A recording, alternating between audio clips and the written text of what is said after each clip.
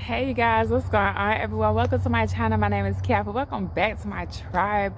So you guys, I know everybody got their little stimulus check, or the stimulus check came out, so I wanted to make this video real quick just to give you some tips on how you can spend it before you go blow it. I just wanted to share this with you guys. So one of the things that I do when I'm looking at my budget, or when I'm looking at the money that comes in, is I'm going to break my money up, you guys, into 50, 30, 20. Into that category, I'm not sure if you're familiar with the 50, 30, 20 rule when it comes down to your money, but just to give you an idea of it, a 50, 30, 20 rule is taking 50% of your income and only utilizing it for your living expenses. So if you're looking at, you make we'll just say you bringing in $1,600 a month, you really should be only living off of $800 that month, and that's your phone, your mortgage or rent, your food, that's everything. So we only using half of the money that we're bringing in each month to live off of. And really the goal would be to even bring that down even lower if you can, but if you can't, then we just gonna rock with 50%. Now some people would say 75 to 50%, but 75% of your income is the most of your income, and so I would say the goal is to try to keep it on the lower end so you can invest more, especially if you are a single person or if you have a smaller family like I do. It's just me and Braylon here, so I just had to learn how to live off of half of my income. I could lower my expenses down as low as I could get them that was comfortable for me. Then the goal was to increase my income. But before we get to increasing the income, let's talk about the other 30 and 20% of the money and what I do with it, right? So for every dollar that comes in, half of it goes to my living expenses. Then the other half is split up into two different categories. One being the investing, so I'm putting 30% of my income into investing options, and then the 20% is the savings account, and that's my emergency fund, and that over there would have 3 to 6 months of my living expenses. So if something happened, then I got enough money. And even that, you guys, I want to even break that up into bringing some of that in the house as cash and just keeping about $5,000 on you in the house. If 5,000 too much, then maybe bring a little bit less, $1,000. You just want to be able to have a little bit of cash on hand. Don't have too much, because if the cash is in the house, then it's not working for you. So the whole goal for us is to put our money to work for us, right? Now that we know that the 50% goes to our rent or mortgage, our car, our insurance, our cell phone, all of that comes out of that living expense, you guys. So the goal is to get all of that stuff as low as possible. So if you need to, you can do some type of house hacking. If you rent or you got a mortgage, you can rent a room out on Airbnb, or you can actually go live in something cheaper. Like, you have people out now that are living in vans, or you can go live in a trailer. Whatever you need to do to lower your monthly expenses, then I would do that. One of the most expensive monthly expenses is gonna be your rent. So however you can get your rent down, then I would do that, especially if it's like if you're struggling, or if you got like a lot of debt, or if maybe you are like a student or something. So I would try to keep my expenses as low as possible. So like I say, that it might mean you might not be able to have no car. Like, I don't have a car, not that I can't get a car, but I just choose not to actually put my money towards a consumer debt and something that's going to actually lower, it's going to be more of a liability than an asset.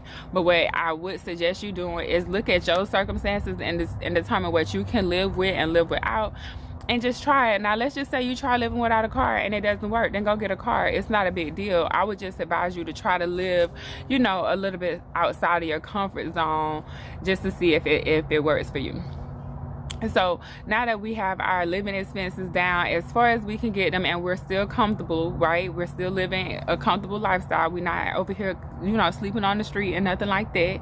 Now we can go over to our 20%. I'm going to skip the 30%. I'm going to go straight to 20%, because this is where your emergency fund is going to be at, you guys. So your emergency fund, like I said, should be 3 to 6 months of your living expenses. So let's just say you get extra money, like how we just got that extra stimulus check, right? Some of us got more than the other ones, but let's just say you got 600. Instead of you taking the whole 600 and putting it on a debt that you need to catch up on, I wouldn't do that. I would take half of it and I would catch up on whatever debt. So if it's your rent and you $1,200 short on your rent and you only got $600, you still short. So I wouldn't actually take all of my money and put it towards that debt. I would still do the same 50, 30, 20. If you're gonna get kicked out, or if you're gonna lose your light, or you know the light's about to get cut off, that's different. But for the most part, if you behind on your living expenses, then I would still do the same rule, because you want to always make sure you pay yourself first, you guys. And sometimes it might be a decision that you have to make between, do you pay your rent, or do you know, put some money into the stock market or something like that. So now that you understand that you got to get 3 to 6 months of this emergency fund, even though we're not gonna take the whole $600 and put it into our emergency fund, the amount that we do put over there, we still have a number that we want to reach, right? So whatever 3 to 6 months of your living expenses is, that's the goal that we're trying to reach. So once we reach this goal, let's just say it's $14,000 that you need to live for 6 months, right? Now you know that every time you get some extra money, if all your living expenses are caught up, then you can actually skip putting the money in the living expenses and put it straight into your emergency fund. But if you are behind on something, if you're behind on it, I still wouldn't pay the whole thing unless you're about to get evicted, like I said, or you're about to lose your electricity or heat or something like that. And so now that we're over here, and let's just say we need $14,000 to build up 6 months of living expenses, right?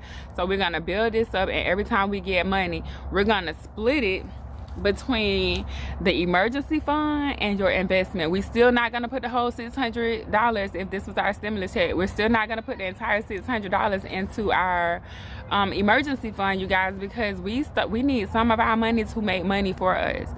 So I would take half of the money that you're gonna get, the $600, and I'll put half into my emergency fund, and I'll put another half into some type of investing. Now if that's too extreme for you, then I'm sorry for moving you guys, if that's too extreme for you, then what you can do is take the 50% that you was going to automatically put into your living expenses, take that plus the 20% that you were going to put in the emergency fund, which now you have how much?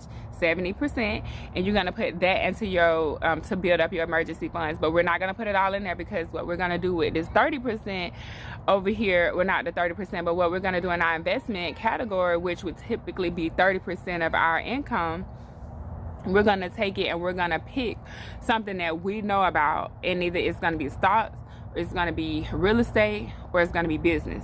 Now you say, okay, well, Kia, I can't buy any real estate, you know, with 20% or 30% of $600, which is what, $180. So I don't know what to do with, I don't know how to invest $180. Kia, but what do I do with it? Is that $180? Yeah. So okay, so what I would do is I would look into business or stocks. Now the thing about stocks is it's gonna cost more money to get a bigger return, but you can still start where you at. So you can, if you got $180, then put the $180 into VOO or SPY, which will give you exposure to the top performing 500 companies, and your money will grow that way. Now like I say, with stocks you want more money, because then you see your returns faster. So you really want to start playing with thousands of dollars. So let's just say you say, well, Kiapa, I don't want to put $180 in there. What else can I do with my $180 that's going to actually get me a good return on my investment? So if you put it in the stock market, it'll get you about 7 to 10% on the return. Now if you put it in a business, you'll get about 30% on your return on money. So that sounds more like it, right? And can you get into business with $180? You sure can. It's different business that you can do. I would advise you doing something like affiliate marketing, YouTube, or something of that aspect. You can start a whole YouTube channel with $180, and you don't have to put any more money into it for an entire year. And once you actually start getting your subscribers, or maybe the viewers, maybe you end up getting monetized, so you'll start making money that way. Or if you actually do YouTube and affiliate marketing together, not only will you get the monetization money, but then you will also be getting money from selling the commission from selling other people's products, which is what affiliate marketing is. And so if I was you, I would take the $180 and I would start me a YouTube channel around a specific I would take the $180 and I would do a YouTube channel around a specific topic. Pick one topic, don't pick multiple topics. It's going to be harder for you to actually get ranked on YouTube if you have more than one topic, or if your channel is all over the place, right? So take your $180. If you need to go out and buy a phone, you can. But if you watching me, you already on the phone, and you just talk about whatever it is that you enjoy talking about, whatever you like, pick something. Now, it might not be, you know, you might not go viral or whatever, but that's fine. With $180, you will be able to have a successful YouTube channel. It doesn't cost you nothing, you guys. Right now, I'm recording this video outside, so I got natural light, right? I'm on my Galaxy S10 Plus that I've had for like 2 years now, I think, and I'm on a $10 tripod that I got from Amazon. It doesn't require a lot. I'm not even connected to my Wi-Fi right now, so that doesn't even come into play, right? The Wi-Fi bill doesn't even come into play. So when you talking about starting a business from $180, can you do it? Yes. It's just a matter of if you really want to or not. But I would take the $180 and I would invest it in me a YouTube business, and I would start talking about products and services that I actually use on my YouTube channel, and I would start catering to people like me that may be looking for these specific products and services. I got tongue-tied. I would be catering to people like me, and you don't really need the whole $180, you guys, to do it. You can start, maybe, let's just say you want to buy a couple of products to review. You can take that $180 and buy a couple of products to review that you were already gonna purchase. So if it's something that you need for your house, then I would go ahead and purchase it, and then I would come in Rocket. Sorry guys, I would go ahead and purchase it, and I would not spend any more money besides $180. You can start your whole YouTube business. You can start your whole affiliate marketing business on $180. And I'm saying $180, you guys, because that is 30% of $600, which most people get in a stimulus check of $600 right now. And all I'm saying is just take $180 of that $600 and start your YouTube channel around whatever topic, product, you know, that you want to start it around. And I would say make videos every day doing it. Okay, you guys, that's all I got for you in this video. Please like, comment, share, subscribe, and I'll see you on the next one. Bye, you guys.